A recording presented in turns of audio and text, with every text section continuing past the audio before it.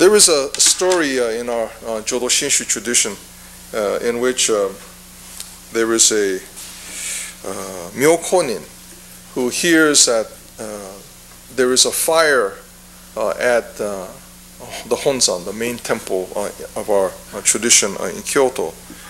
And he's, I guess, away from the temple some distance, and there's no way that he can get to the temple. And when he hears of this fire at the Honzan, knowing that there is nothing that he can do to help, he rushes into his home and soaks a blanket in water and shakes it in the direction of the Honganji, of the burning temple. Often our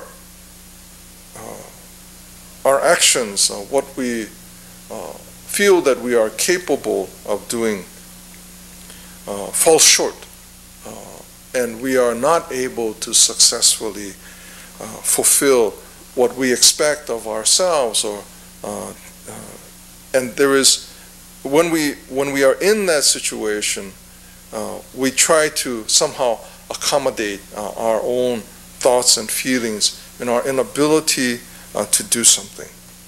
We may have strong feelings about seeing something succeed, whether it's in the case of this myokonin, putting the fire out, but unable to do anything that would be practical, I guess, to go and help put buckets of water on the fire. But this myokonin is such a strange thing to do, right? To go into his house and to soak this blanket in water and then go outside and shake it in the direction. If we were to see something like that, after just telling him that the Honzan's on fire, to see him do that, we probably think that's rather strange. It would be like, hearing about something that again was important to us, and then doing something totally different from what would be expected, and we would question, that action or that activity. But what this myokonin did is not logical, it's not practical, but expresses this, first of all, the inability to do anything, and yet the need to act, the need to do something. And I think we find ourselves in that kind of situation often, where we feel the need to do something, and especially in important things, a need to do something, and yet the inability to do something. Do something that would help with the situation. Whether it's with our family and friends, or in a situation that we find ourselves in, to be able to do something is a drive, I guess, that we have as human beings, that acknowledges our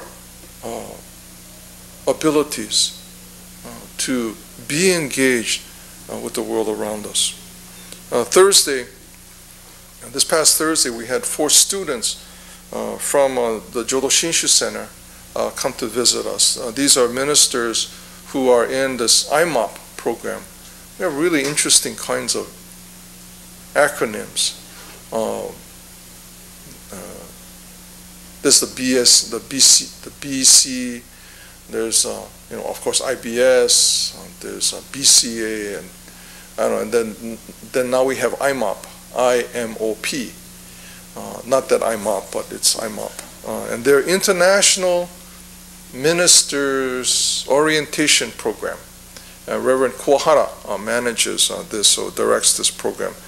And there are 4 students who are here for a 3-month period, and they're going to various kinds of program. Nima Fujimoto spoke to them a couple weeks ago, and about 3 weeks ago I went up and I spoke with them, and as a continuation of my discussion with them, they came down on Thursday. And The area that they asked me to present to these 4 students is in social services, community service centers. And so we talked about that a little bit on 3 weeks ago. And this past Thursday when they came down, we went to the Sacred Heart Community Center. And the Sacred Heart is a community center that provides various services, including the food pantry, clothing store, job training, job search. And so we went down there. We met here first, and then we went over to Sacred Hearts. And our scouts, I guess, go there regularly. They participate in volunteer work at the center. And it's amazing how many people they service at this center and how many volunteers come in. They were saying like it's about 100 volunteers a day. And during the week of like Thanksgiving, from between Monday and Wednesday of next week, they'll have 3 times that many people, because they'll serve or distribute about 3,000, 3,500 meals will be distributed at that time. Well, not meals, but actually these Thanksgiving packages will be distributed at that time. So they have this tremendous amount of volunteers that come through. But as we went in and were assigned, we went through an orientation there first, so just kind of describing what the center did. And then we went in to help in the pantry sort food and cans. And there was an interesting thing that happened. As we were sorting the cans, there were 6 of us all together. So we were assigned to different areas, and I was working with a couple of them. And we were sorting the cans according to protein, vegetables, vegetarian, and then fruits. I think that was it. And so we were sorting the cans out, and there was like maybe 2 buckets. And in proteins, we know like meats and beans. I wasn't sure of, because I know beans are protein, so I had to ask: go in vegetables or go in protein? I said, okay, it goes in protein. And so as we were sorting this, one of the Japanese students looked at a can and said, oh, this must be honey, hachimitsu.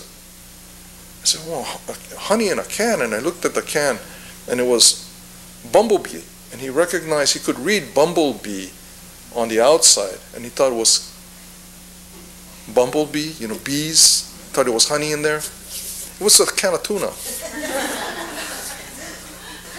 So that needs... Oh, yeah, bumblebee tuna, right? Okay. I thought maybe... Anyway, so I said, no, that's tuna, so that goes in protein.